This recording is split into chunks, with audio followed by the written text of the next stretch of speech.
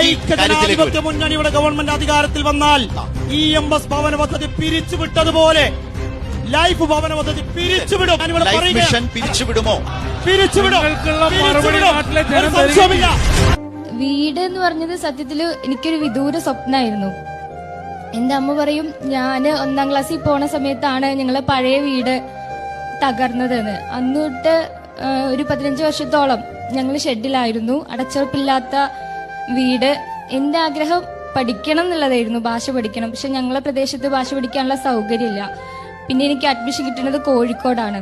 അപ്പൊ അമ്മേനെ ഈ ഒരു വീട്ടിലിട്ടിട്ട് പോവാൻ എനിക്ക് പറ്റിയിരുന്നില്ല. അപ്പോ അമ്മ എന്നെ തൊട്ടടുത്തൊരു സെൽഫ് ഫിനാൻസിങ് കോളേജിൽ കഷ്ടപ്പെട്ട് പഠിപ്പിച്ചു. ഞാൻ 2ാം വർഷം ആവണ സമയത്താണ് ഇതുപോലെ കുടുംബശ്രീയിലെ പ്രവർത്തകര് ഞങ്ങളെ പേരിൽ ഇങ്ങനെ ലൈഫ് മിഷനിൽ എഴുതി കൊടുക്കുന്നതും വീട് കിട്ടുന്നതൊക്കെ. അതിനുശേഷം ഇപ്പം വീട് പൂർത്തീകരിച്ചു. ഇപ്പൊ എന്റെ അമ്മേനെ ആ വീട്ടില് സുരക്ഷിതമായിട്ട് നിർത്തിക്കൊണ്ട് ഞാൻ ഇപ്പൊ തുടർന്ന് പഠിക്കുന്നു. എന്റെ ആഗ്രഹം പോലെ തന്നെ ലൈഫ് മിഷൻ പദ്ധതിന്റെ മുന്നേ ഭവന പദ്ധതികൾ നമ്മുടെ നാട്ടിലുണ്ടായിരുന്നു. സത്യം പറഞ്ഞ പേടിയായിരുന്നു. കാരണം നമ്മൾ വീട് പൂർത്തീകരിക്കാന് കട എടുക്കേണ്ടി വരുമോ, അതല്ല നമ്മൾ ഒരാളെ കണ്ടെത്തി പൈസയൊക്കെ കൊടുത്തു കഴിഞ്ഞാൽ അയാൾ നമ്മളെ പറ്റിക്കോ.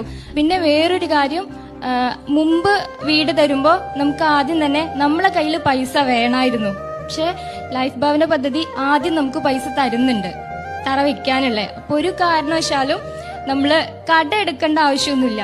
നമ്മള് ഓരോ ഘട്ടവും പണി പൂർത്തീകരിക്കുമ്പോൾ അതൊന്ന് ഫോട്ടോ എടുത്ത് വിഒനെ കാണിക്കണം.